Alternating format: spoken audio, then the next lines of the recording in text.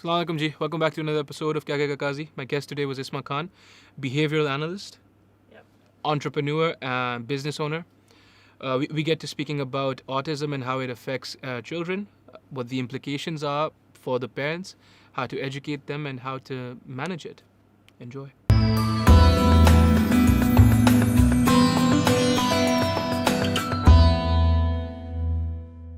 3, 2, 1. Isma Khan. How you doing, Isma? Very well. How are you doing? Alhamdulillah. Alhamdulillah.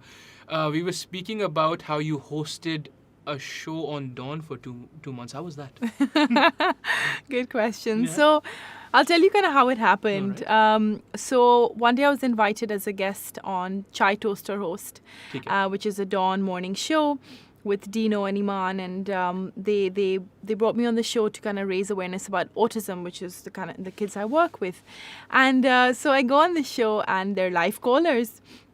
And what happened was they ended up receiving a lot of live calls. So once the show ended, the CEO of came down and he said, you know, and I don't know him, and he came down and he said, there was so many callers and I want you to do a show. And I said, what do you mean? And he said, well, there's so much demand and I think I'd love for you to have a segment on our channel. And I said, okay, Urdu or English? That was my first question. Yeah. And he said, well, it's predominantly going to be in Urdu. And I said, well, considering I've moved back after over 15 years, I'm not too confident with Urdu. So if I could kind of co-host it with one of your hosts, I'd be happy to.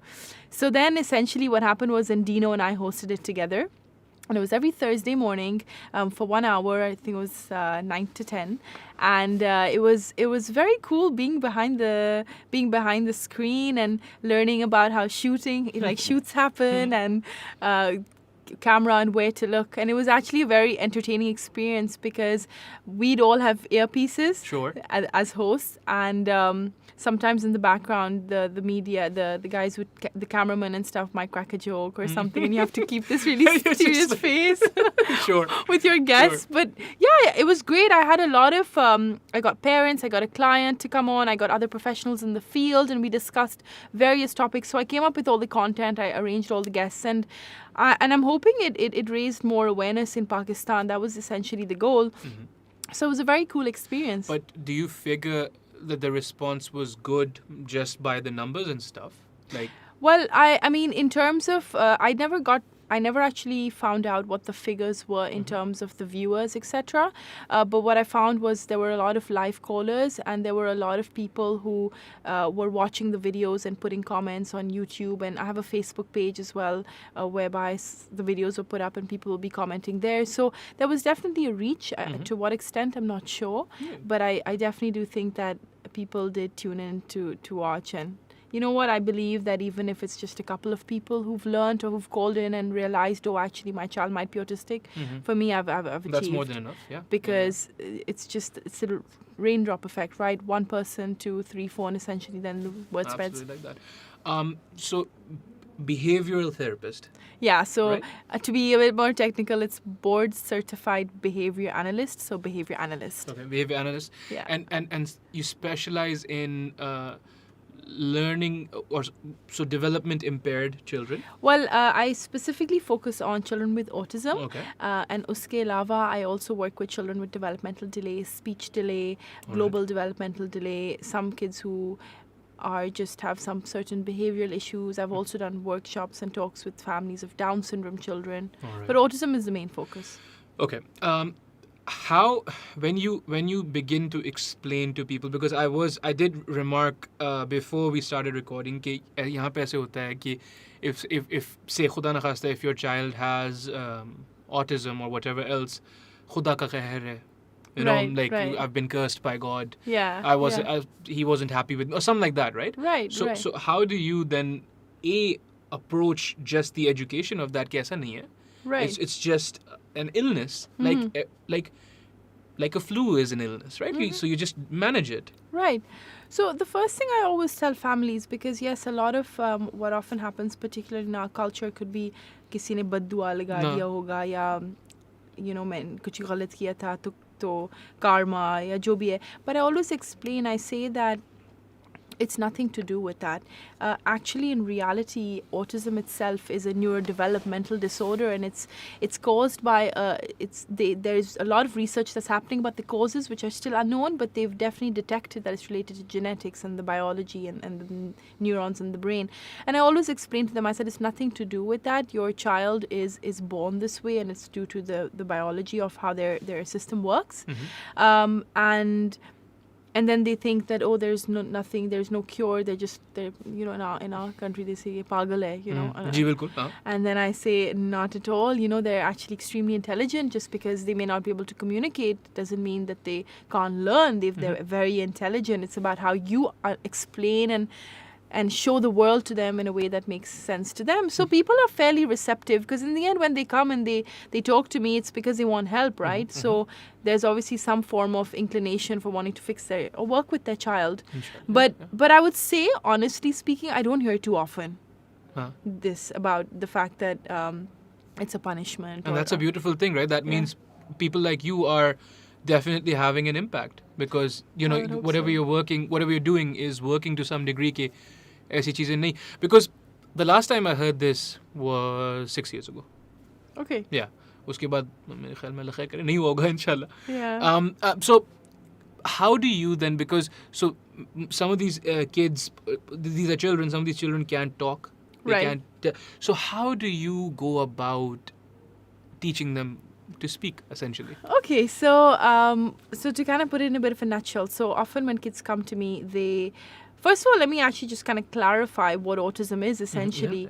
And autism is it's a neurodevelopmental disorder, and it is characterized by symptoms for which they're broken down into two categories. One of them is lack of social and communication issues, so speaking, developing relationships, communicating, expressing themselves.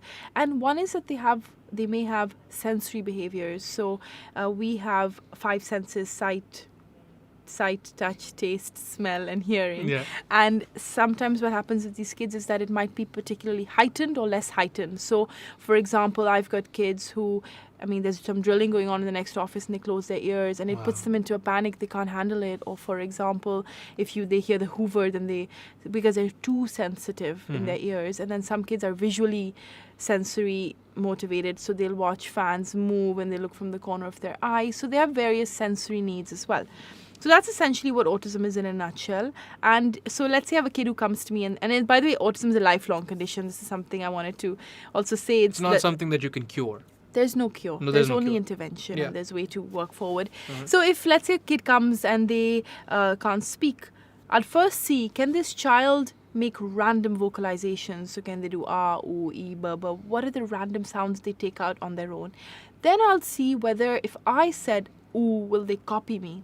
If they copy me, that means that I can get their speech in my control, which means all children learn through imitation. So if I say ooh, they'll say ooh. Then if I said bubba, they'll say bubba. Then if I said push, then they'll say push. So that means they can imitate me. But if they don't have that imitation repertoire, then and there are very few sounds, I'd often start with sign language. Sure.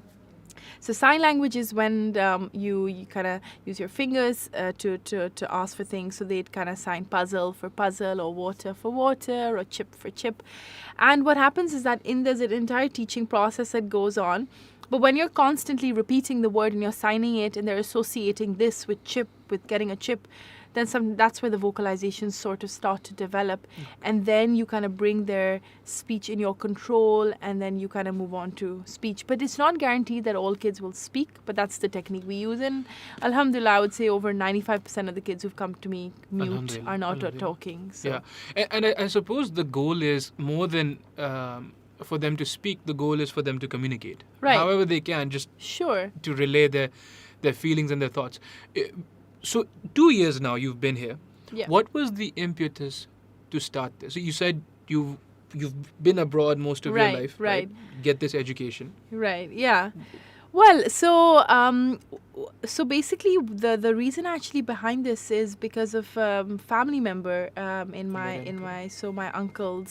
my uncle's child is severely autistic actually, and I've grown up seeing him and seeing how he struggles to communicate. And he basically, it was very interesting because when he was born, he and when he was about 1 or 2, he'd say words like water or anda or things like that, and then his speech just went.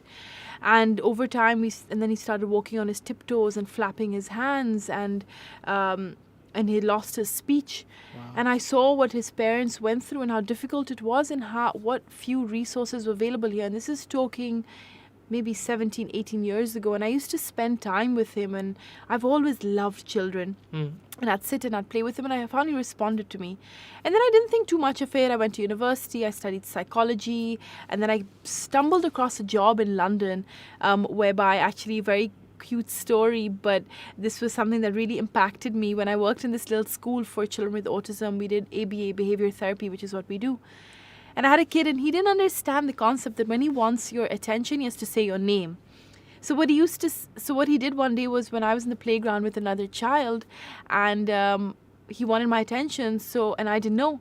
And I hear someone from the back saying, "Hi, hi," and I look, and I'm like, "Oh, it's you." And he basically mimicked my tone and the way I say hi to him every single morning he came to school.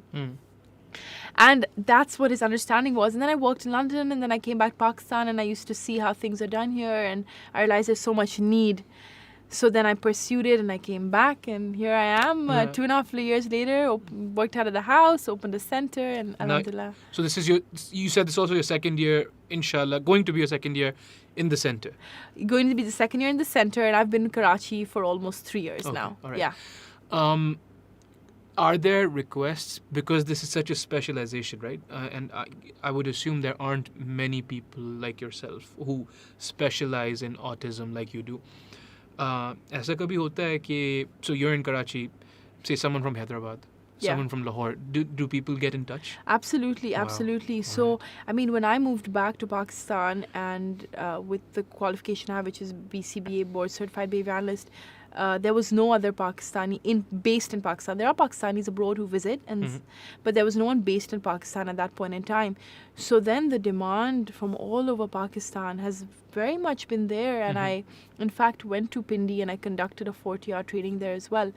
So as far as Pakistan as a whole is concerned, absolutely. People from all over the world, a lot of families who felt there was no service here have gone abroad, but now they know that we're here, so they want to come back. And they only went abroad for their kid, but now they know there's services locally, so they want to come back. And that's a beautiful thing, right? That's wonderful. So speech therapy, play therapy? Well, in behavior therapy, a lot of our teaching is done through play. Okay, all right. I wouldn't say it's called play therapy per se, but yes, it's called, in a way, it is play therapy, because what is play? Play is when a child plays with toys and explores their natural environment. And so through that natural environment, we teach them how to communicate and ask for things, because the basic human necessity is asking for what we want. And so through play, essentially, we teach them to ask for, whether it's ball or chip or chocolate or water or whatever. So there is definitely an overlap, but all therapies, speech therapy, occupational therapy, they're all different, and they all cover different parts. Behavior therapy. Yeah. So what we're saying is, I've read this somewhere, that there are 9 dimensions of intelligence. Right. So there's tactile awareness, there's calisthenic awareness, there's obviously the ones that we know, which is IQ, which is intelligence quotient, and then there's the EQ, which is emotional quotient. Essentially, then what you've explained to me now is that a child with autism maybe isn't smart in the classical sense. Sure. Where he won't be able to write an essay. Fine. Right.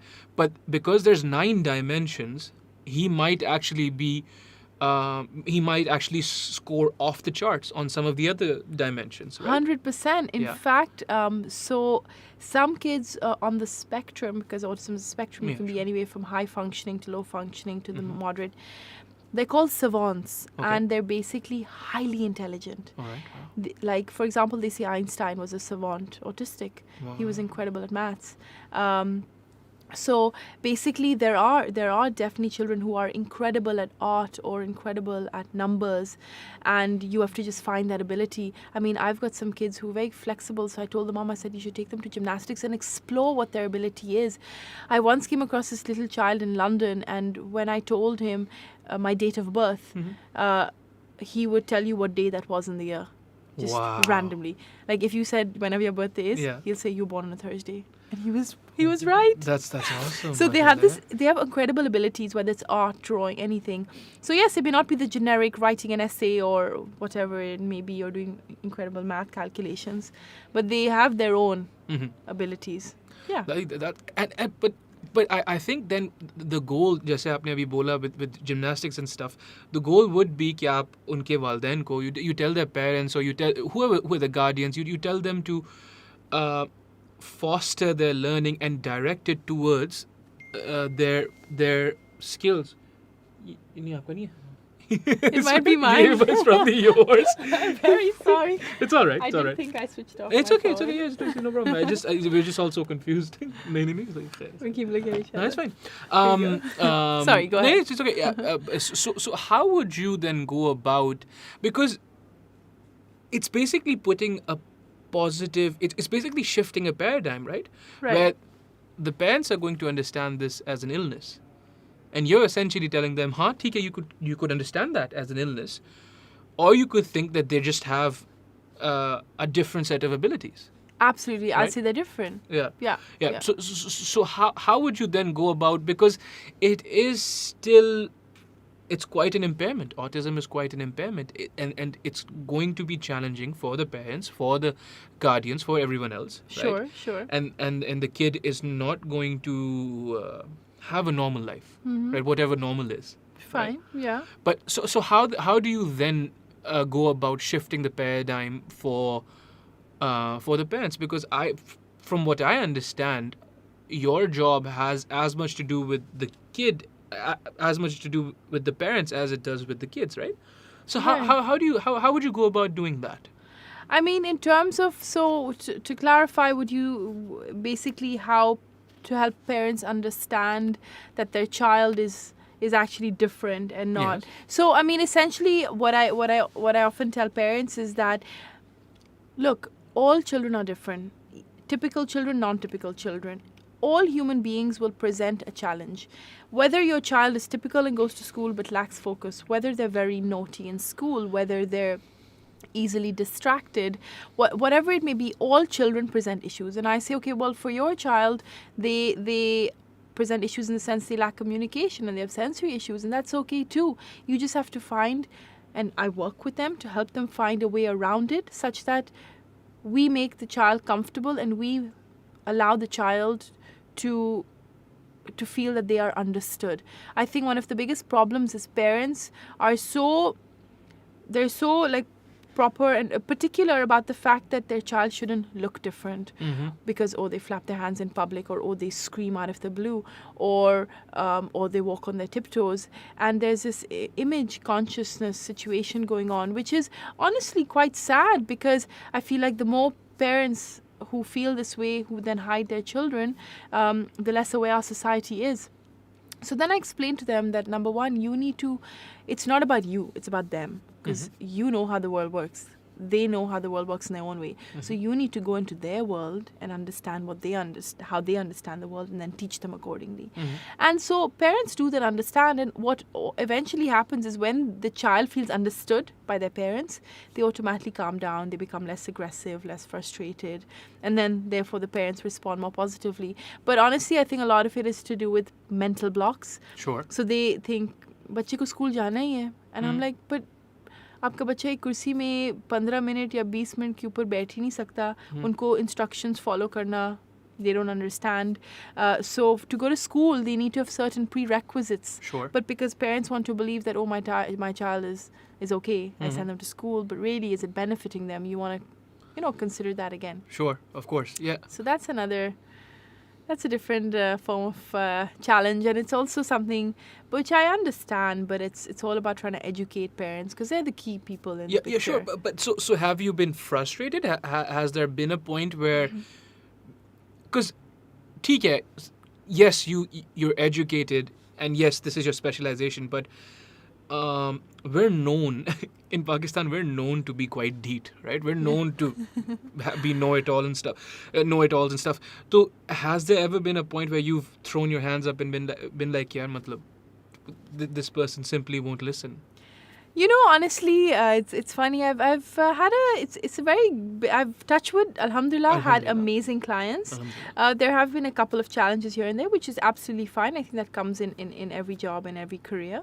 But I would say overall, when I explain this to the parents, they understand. But yes, definitely there are times where it is frustrating, whereby because then there comes scheduling issues as well, whereby they want their child to come at a specific time post school. But then at that time, the slots are full. And then I'm like, but why are they even going to school? They could benefit so much more if they came here in the morning, and we give one-on-one therapy. So we Wow. work purely on their skill set and nothing. There's no other kid. It's just therapist and child in our team. So yes, at times it can be a little bit frustrating, but there's never been a point that I'm like, no, I'm gonna give up. I try my best to explain it to them,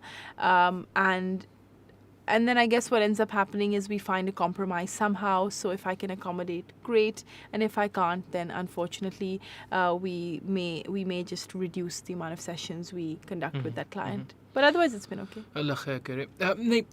And you've mentioned this twice now, so I suppose I will just ask.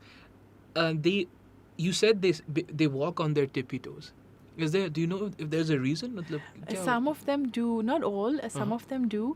The reason is because what happens is that they get the way their foot and their muscles are developed, some kids may find that comfortable. Wow. The sense and the sensation of putting their foot flat on the floor is not comfortable for them. They don't like that contact, so then they walk on their tiptoes. And then what happens, like for example, the individual in my family who has it, he walks on his tiptoes. And if we say, put your feet down, he'd put it down. And then we'll say, walk. And he'd walk 2-3 steps. But then he was like, it's so uncomfortable, he puts his foot back up. Because what happens is that the muscles then develop in the way to walk on tiptoes. Sure. And it's more to do with the way the muscles are developed and a sensory issue, the contact of the foot with the ground. So it's also could be a sensory issue. And that's sometimes why they do that. So when you obviously conduct आपकी अपनी therapy जो होती है with the kids, that's also holistic in a sense, right? So you're obviously working on psychosocial, psychosomatic, you're thinking about the body, you're thinking about it's all of those things. Well, right? I mean, see, so when we're talking about behavior therapy, and this is something obviously very important, is that a lot of people come to me saying, oh, mera bacha rota hai, my child cries, my child hits, my child doesn't do their work, what do I do? And they think that's all that behavior therapy does. But actually, in reality, behavior therapy, or ABA therapy, applied behavior analysis, which is the therapy we use, encompasses all human behavior. So eating, feeding, communicating, hand washing, toilet training, hitting, biting, everything comes under behavior. Now, when it comes to, for example, a lot of these kids have eating issues. They don't like certain textures in their mouth, and therefore they only like to eat a specific thing, like maybe pish-pash, soft things, and nothing else.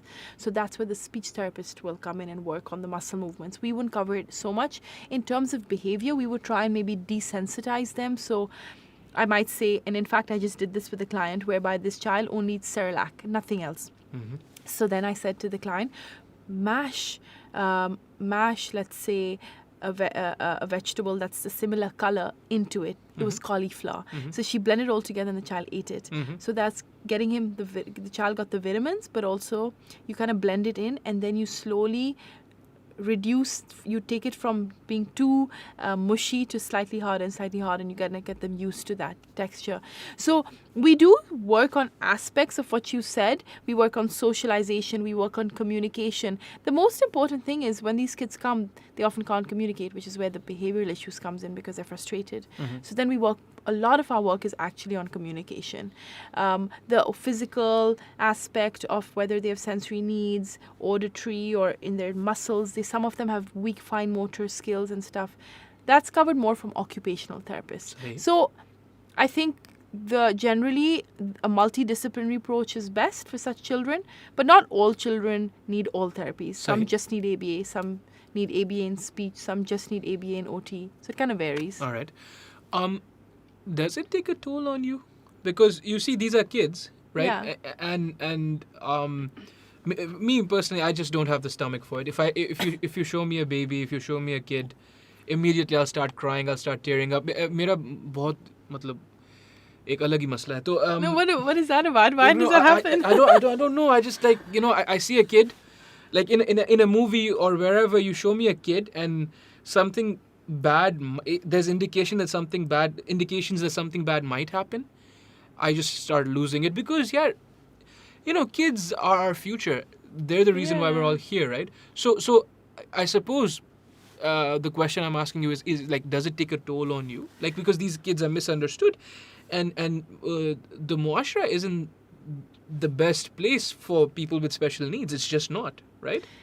Yeah, actually, so when I started and I worked in London in a school, and some of these kids can be self-injurious, so biting off their hands, banging their heads on the ground wall. And when I first saw this little girl just lose control, and she just like bite and just completely lose control and be so frustrated, I actually started crying because I was like she wants to say something and she can't, just for the fact that I can say, or if I said I want water, we're so lucky. Alhamdulillah. And so it upset me a lot. But then over time, as you kind of start to work with them, you realize that if you teach them the appropriate way of communicating, all that goes down. So and I'm never exhausted, or it's never tiring. I think when you love what you do, it's just alhamdulillah, it seems manageable, and when you see the results, it's so worth it. Like, it's rewarding for you that you just keep going. Yeah. And the frustration for the child is almost always the lack of the ability to communicate. Is that what it is more often than not? Yes, usually. So imagine you go to a foreign country and they don't speak English. Wow. And you try and communicate. Yeah. How'd you do that? No, I don't know. I would use sign language, or I don't know. Right, exactly. But let's say you don't even know what to do with your hands, then what? You're going to be like, I just want water. Exactly. How do you tell them? Exactly, right? So that is what happens. So it's very often related to the fact that they cannot communicate. Yes. And maybe they're feeling pain, or maybe they're trying to tell you something, they're thirsty, they're sleepy, whatever it may be. So usually the frustration and the behavioral issues stem from lack of communication. The moment communication modes are introduced, behavior goes down. It's correlated. Yeah. That's wonderful. And do you ever consider prescribing medication or anything like that? Well, good question. So many children with autism have other issues. So it's called comorbidities, which means there's two or more diagnoses happening. So many of the kids with autism have ADHD, which is attention deficit hyperactivity disorder, which are kids who are either hyperactive or lack attention, focus. Some have epilepsy with autism. Some have anxiety. So what often happens is that children who have ADHD and autism, and they have severe ADHD as well, which means they're very hyper and they cannot focus. For them, medicines are prescribed sometimes. I don't prescribe medications, nor do I do diagnosis. That is the role of a psychiatrist generally. Psychologist or psychiatrist, they diagnose, and psychiatrist prescribes medicines as well. And there's a medicine called Ritalin, which is used for children with ADHD to help them focus. I'm not a big medicine fan, to be honest with you. I believe it should only be used if it's really necessary. And because first you want to see, why is the child not focusing? Maybe you're forcing them to do things they just really don't want to do. If they're focusing on something that they love, the focus is there, really. Exactly. So is it that they're just unable to control their hyperness, or what is it? And therefore I always say, try and see what all you can do, exhaust all avenues to make sure you know they can focus. And if they really, really can't, then perhaps you could consider medication. Well, don't look for a quick fix. ऐसे कोई एक आप shortcut दे दो, गोली दे दो, फिर ठीक हो जाएगा. ठीक नहीं होगा कुछ भी ऐसे. What then? Now this is purely personal, but what then do you make of the colloquialism surrounding mental health, right? So जैसे ज़ाहिर है awareness बढ़ती है, the more cognizant or the more literate you become about things like ADHD, attention deficit disorder, or OCD, the more people begin to self-diagnose. Right. And the more they'll use it colloquially, they'll use it like, "Hi, yaar, my OCD is going crazy. Don't put that bottle over there." Like, you know what I mean? So what do you make of all that? And how do you maybe educate people into not, because अगर मैं ऐसा करता रहूँगा, eventually I'll trivialize something that shouldn't be trivialized. Absolutely. Right? It's something serious. Absolutely. So how do you without sounding like an old auntie or whatever, right? Because you're like, Isma doesn't have any fun. Like, what's wrong with her? How do you educate people into essentially not using colloquialisms like that? How do you do that? I mean, to be honest with you, I think, so obviously having done psychology as well, so I've studied all of these different, and I think it's very easy to self-diagnose. Sure. In fact, that in itself is a disorder. Sure, all right. Really? What's the disorder? I don't know, I forgot the name, but it's actually, it's called something whereby you just always think that that's what you have. That's I crazy. guess it's kind of related to even being a hypochondriac, whereby you keep believing that you're ill and then you actually get ill. I mean, it's a bit different, but yeah, I think it's an actual disorder All right, whereby you that's keep diagnosing interesting, yourself. yeah. But how would I tackle that? I would say that you want to consider it a problem if it really interferes with your day-to-day functioning. So, yes, I mean, I'm not a big fan of when I see a painting that's tilted. Yeah, I don't like it. Sure. Right? Okay. But I mean, that's not OCD really, because I can handle it. Yes, it's bothering me. Yes, I want to change the angle, but I can deal with it. But some people just can't. Let's say if they're actually, if they have OCD, or even, for example, something like ADHD. People sometimes think that they have ADHD and because they get easily distracted, when in reality it's probably because it may not be bothered. So I would definitely say you try to I mean, if it's really interfering with your day-to-day functioning, then perhaps you want to get it checked out. Otherwise, if it's not, then it's not really such an issue. It's not such a big deal. And can I be honest with you? I personally believe everybody in life has multiple components of different mental health disorders. Everyone has had moments of depression. Sure. Everyone has had moments of anxiety. That is the way life is. When it becomes a problem and an actual diagnosis is when it really interferes with your life. So I suppose then what you would say is here's a metric Right. of how much something should affect you, right, before you consider it a disorder, right? Like you said, OCD. If this painting was, if it was not straight, right, does it elicit a visceral, a physical response from me? Sure. Right? Something like that. Yeah, possibly. Yeah. क्योंकि ये मुझे same thing with depression, right? हाँ यार मुझे depression हो गई थी, but you're maybe trivializing that word because depression is an actual thing and it's really problematic for people. Absolutely. And maybe trivializing it like that isn't the way to go. Where do you go from here? Alhamdulillah, brilliant response so far, right? 2 years of brilliant work, alhamdulillah. Where, like, obviously 1,000 times more is needed, right? Sure. Where do you see yourself going after this? Like so obviously doing the good work that you're doing here. Yeah. What else are you working on presently? So I think for now, what I'm really focusing predominantly on, I mean, as far as career is concerned, then there's obviously hobbies on the side. But as far as career is concerned, I'm focusing on expanding my current team. So I have a center, it's called iCare, i.kre, and we've got a team of therapists. And so moving forward, where do I see myself? I see myself expanding in different parts of Pakistan. Sure. And having setups in different parts of the country.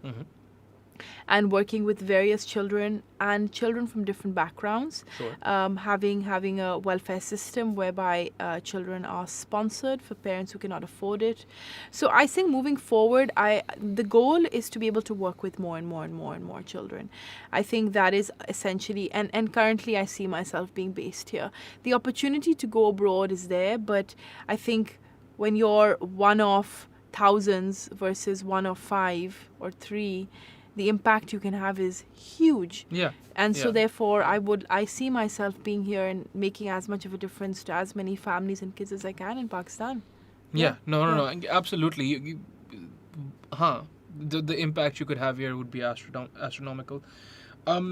Any digital stuff? Any online stuff? Like because there's people who clearly can't afford it. They just can't, right? आप क्या करोगे उनको? So actually, when I came here and I started working with kids, I realized that there are a lot of queries I get from people who are in different parts of Pakistan or very far areas, and they cannot visit me and they won't have access to me, or there could be financial issues. So what I decided to do was I started a Facebook page by Isma Khan-BCBA, and I started uploading different techniques that I use, whether it's imitation skills, short videos, capture the attention, teach a skill, and the educational videos, and the response was phenomenal.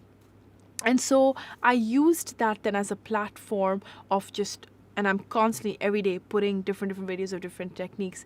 And I have parents who are like, we've learned so much through your videos, and I've never met them in my life. And they're like, actually, our kid is talking now, or our kid is communicating now.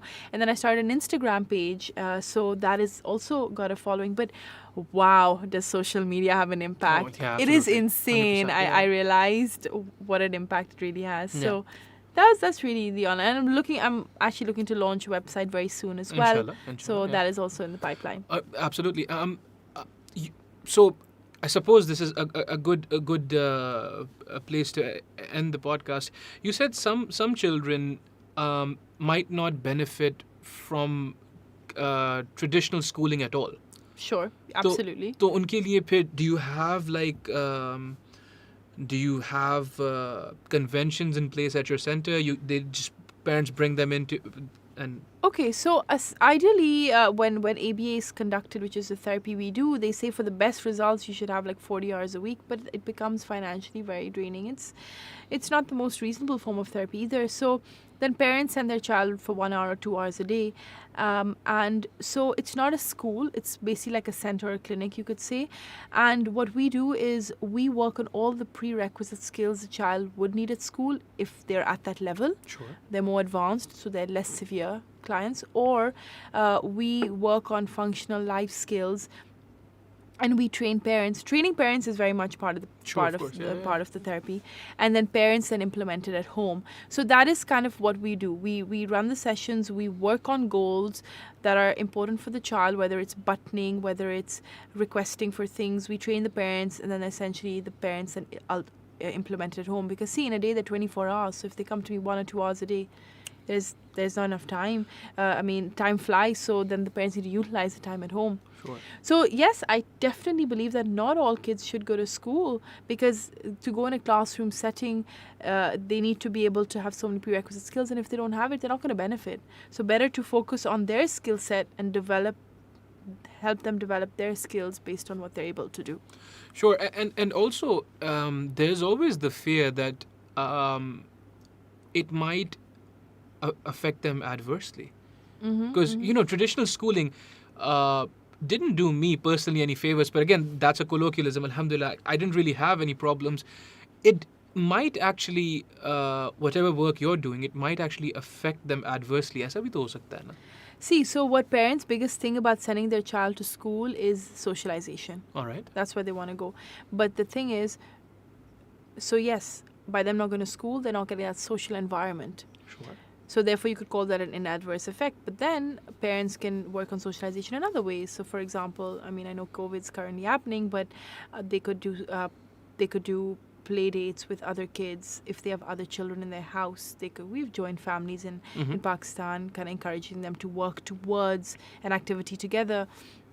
See, when they go to school, what happens is that the teachers may not necessarily be trained as to how to integrate this child with other typical children. And so therefore, the child is not really getting to learn about socialization because they're not being pushed in the right direction.